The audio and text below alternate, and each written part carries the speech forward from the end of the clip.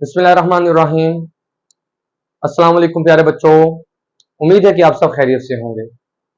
आज हम अपने नए टॉपिक को शुरू करने वाले हैं जो कि हमारे पास इंडक्शन की सोल है, जिसको समझे बगैर हम बहुत सारी इंडक्शन मेथड्स को नहीं समझ सकते या उसमें हम आगे प्रोसीड नहीं कर सकते। तो हमारा आज का जो टॉपिक है that is the motional EMF. अगर मैं इसको आसान अल्फाज में कहूं तो हम एक ऐसा ईएमएफ बनाना चाहते हैं या हम ऐसी इंडक्शन करवाना चाहते हैं जिसके अंदर मोशंस इन्वॉल्व हैं। और जहां मोशंस इन्वॉल्व होती हैं तो इब्तिदा में चैप्टर की जो मैंने जो दो बातें इंट्रोड्यूस की थी वो आपको हेल्प आउट करेंगी कि जहां जहां मोशंस इन्वॉल्व होती हैं ऐसी इंडक्शन को हम डायनामिक इंडक्शन भी कहते हैं। तो बेसिकली बच्चों आज हम डायनामिक इंडक्शन में आने वाले ईएमएफ पे बात करना चाहते हैं, that is the motional EMF. तो आप ऐसा भी कह सकते हैं कि whenever we move the conductor in a magnetic field to get the induced EMF, that is known as the motional EMF, or the current produced by that method is known as motional current. So ऐसे बहुत सारे अल्फाज में इसको define किया जा सकता है। So basically आज हम इसकी इस इंपॉर्टेंट एक्सप्रेशन पे बात करना चाहते हैं जो हमारे पास फैराडेज लॉ में भी इस्तेमाल होती है, और इसके अंदर मोशन के फैक्टर्स ऐसे हैं जिनसे रिलेटेड बहुत सारी बातें पूछी जाती हैं कि जो मोशनल ईएमएफ है वो किन किन चीजों पे डिपेंड करता है, यानी डायनामिक इंडक्शन के जो डिपेंडेंस फैक्टर्स हैं वो कौन कौन से हैं।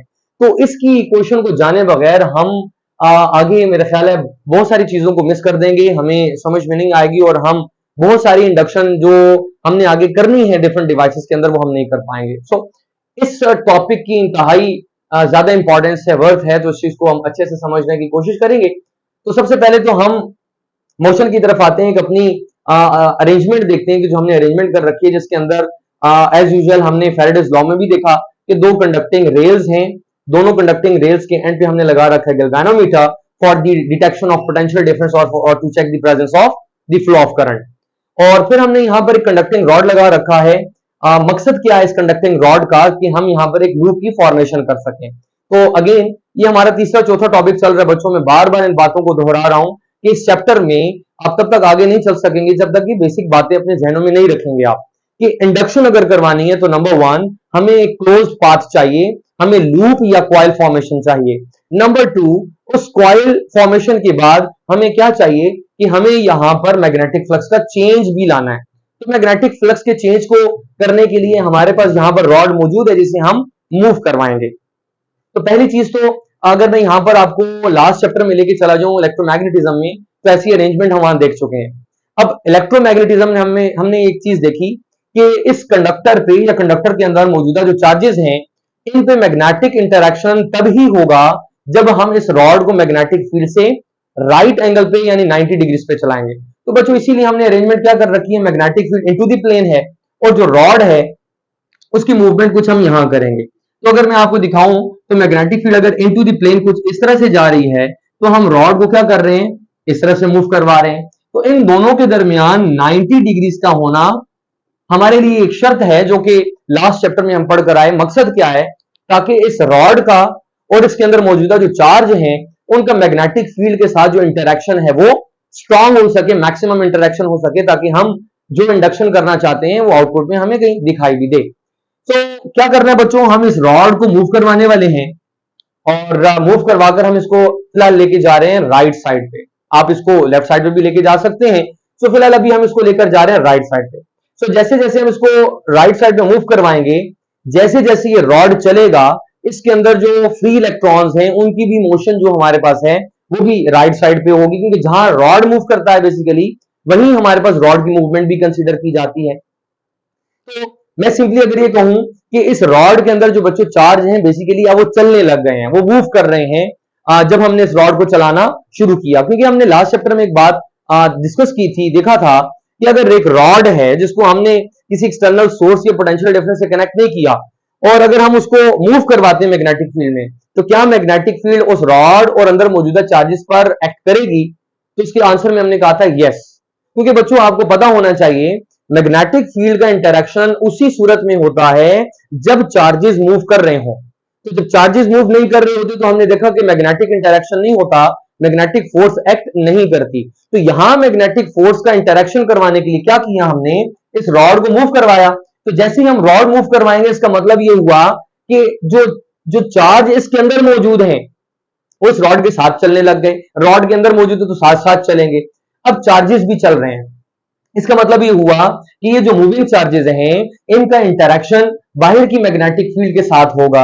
अब बच्चों उस इंटरेक्शन में क्या होता है, हम अगर यहां पर अपना फ्लेमिंग्स लेफ्ट हैंड रूल लगा लें, या अगर चार्जेस पे हम बात करते हैं तो राइट हैंड पाम रूल लगा लें, तो हमारे पास ये जो चार्ज है ये मूव करने लग जाता है from A to B, from charge A to B. क्यों चलने लग जाता है? Under the action of magnetic force.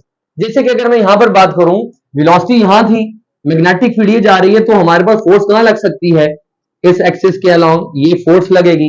तो यही मैं दिखा रहा हूं, इस एक्सिस के अलोंग मैग्नेटिक फोर्स लग गई, जिसकी वजह से चार्ज चलकर कहां जा रहा है? From point A to B. अब जब पॉइंट ए से बी की तरफ बच्चों चार्ज जाएगा, मैग्नेटिक फोर्स तो लग गई एफ बी, मैं यहां लिख देता हूं कि फोर्स एफ बी लग गई। लेकिन कुछ देर के बाद ये चार्जेस क्योंकि चलकर जा रहे हैं ए से बी की तरफ, तो चार्ज डेंसिटी में चेंज आएगा और एक वक्त आएगा कि पोटेंशियल डिफरेंस क्रिएट होगा इन दोनों पॉइंट्स के अक्रॉस। यहां पर मेजोरिटी चार्ज कैरियर इकट्ठे हुए, चार्ज डेंसिटी इकट्ठी हो गई, ज्यादा हो गई, तो मान लेते हैं कि कन्वेंशन के मुताबिक ये चार्ज हो गया यहां पर पॉजिटिव, क्योंकि ये हाई कंसंट्रेशन को शो कर रहा है। और यहां से चार्ज कम हो रहे हैं क्योंकि यहां पर चार्ज की मूवमेंट है पॉइंट बी की तरफ, तो मान लेते हैं कि हमारे पास लोअर पोटेंशियल बन गया, पोटेंशियल डिफरेंस अपीयर हो गया। अब जैसे ही पोटेंशियल डिफरेंस अपीयर होगा, यहां चार्ज डेंसिटी ज्यादा होने की वजह से इलेक्ट्रिक फील्ड फॉर्मेशन होगी और इलेक्ट्रिक फोर्स लगेगी इन चार्जेस पे, तो यहां से इलेक्ट्रिक फोर्स लग रही है। अब बच्चों हुआ कि यहां से चार्जेस पे लग रही है मैग्नेटिक फोर्स, यहां से लग रही है इन पे इलेक्ट्रिक फोर्स, दोनों ही तरफ से फोर्सेस लग रही हैं। तो अब क्या होगा, एक वक्त आएगा कि इन दोनों फोर्सेस के इक्वल हो जाने की वजह से ये जो चार्ज अंदर मूव कर रहा है ये यूनिफॉर्मली मूव करने लग जाएगा from point A to B, and then ये लूप में चलने लग जाएगा और इसकी मूवमेंट की वजह से इस लूप के अंदर करंट की फॉर्मेशन होगी, जिसे हम इंड्यूस करंट का नाम देंगे। तो हुआ क्या, जैसे रॉड चलाया, मैग्नेटिक फोर्स ने एक्ट किया फ्रॉम ए टू बी, जिसकी वजह से पोटेंशियल डिफरेंस क्रिएट हुआ, ए पे आया पॉजिटिव नेगेटिव और बी पे चला गया पॉजिटिव, और इलेक्ट्रिक पोटेंशियल डिफरेंस के क्रिएट होते ही इलेक्ट्रिक फील्ड भी यहां अपीयर हुई फ्रॉम बी टू ए, जो आने वाले चार्जेस को क्या कर रही है? अपोज कर रही है, रोक रही है।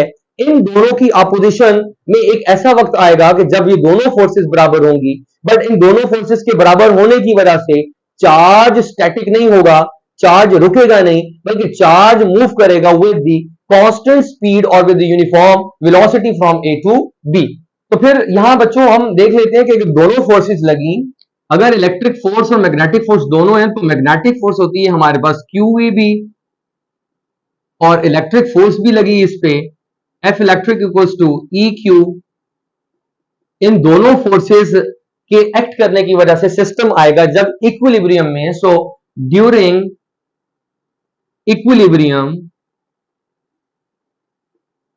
अब इक्विलिब्रियम का मतलब आप बच्चों को पता है बच्चों कि इक्विलिब्रियम का मतलब ये नहीं होता कि चार्ज रुक जाए या कोई बॉडी स्टॉप हो जाए।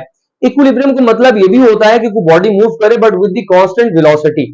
तो यहां चार्ज अब दोनों फोर्सेस के होते हुए जब दोनों बराबर हो गई, तो अब वो मूव करेंगी विद द कांस्टेंट, मूव करेंगे विद द कांस्टेंट वेलोसिटी, यानी चार्ज इक्विलिब्रियम में है, तो इस वक्त दोनों फोर्सेस जो हैं इस पे बराबर लग रही होंगी। So F B equals to F E, दोनों को अगर हम रिलेट करें F Q equals to Q V B, तो ये चार्जेस आपस में हो जाएंगे कैंसल और इक्वेशन आएगी E equals to V B.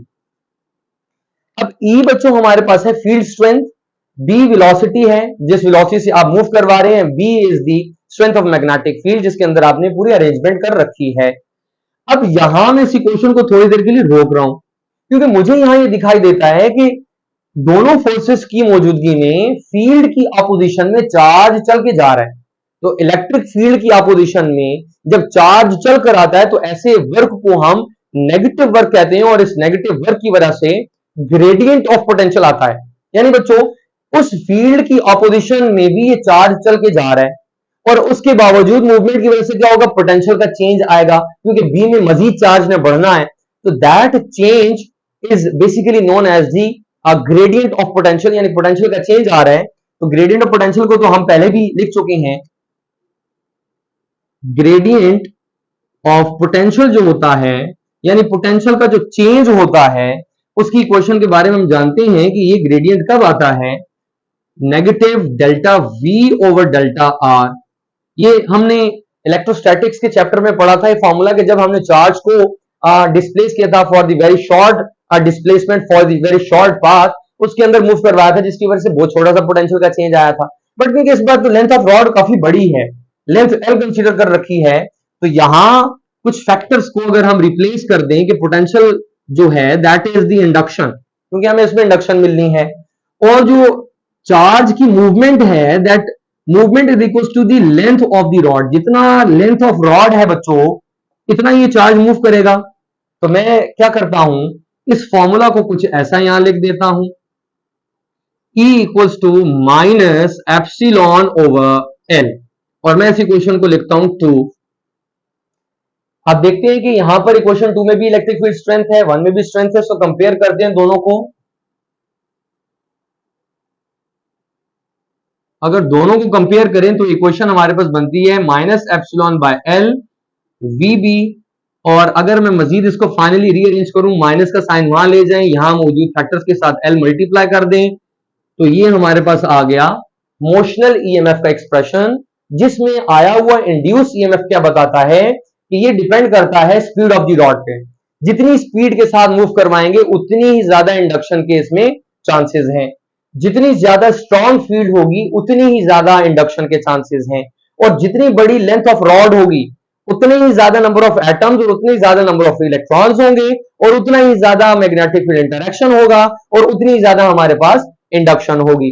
But एक चीज हमने जो इब्तिदा में देखी कि इस तमाम तर इक्वेशन और तमाम फैक्टर्स के समझ आने के बावजूद एक इंपॉर्टेंट चीज ये है कि इन फैक्टर्स के दरमियान का जो एंगल है वो 90 होना चाहिए, यानी जो मूवमेंट और जो स्ट्रेंथ ऑफ फील्ड है ये 90 डिग्री पे होने चाहिए। तो अगर मैं एंगल डिपेंडेंस को शो करूं 90 डिग्री के रेफरेंस से, तो इसे लिखा जा सकता है VBL साइन थीटा। अब बच्चों आप देख रहे होंगे कि जो माइनस का साइन है ये हमने Faraday's law of electromagnetic induction में भी देखा कि नेगेटिव चल रहा है, हमने मोशनल ईएमएफ के इक्वेशन में भी देखा। तो इस नेगेटिव साइन का क्या मकसद है, ये क्या मतलब है? डेफिनेटली आपके अंदर क्यूरियोसिटी बढ़ रही होगी, तजस्सुस बढ़ रहा होगा कि सर हर टॉपिक में नेगेटिव साइन चल रहा है तो क्या है। तो इस नेगेटिव साइन पे हम बात करेंगे अपने नेक्स्ट लेक्चर के अंदर, that is related to the Lenz's law. तो लेंजेस लॉ क्या कहता है, वो सारी बातें हैं that is related to the negative sign. तो यहां इस बात को रोकेंगे, इस बात को कहते हुए कि मोशनल ईएमएफ हमारे पास यानी जो डायनामिक इंडक्शन है बेसिकली डिपेंड करती है हमारे पास चार फैक्टर्स पे। चार फैक्टर्स कौन से हैं?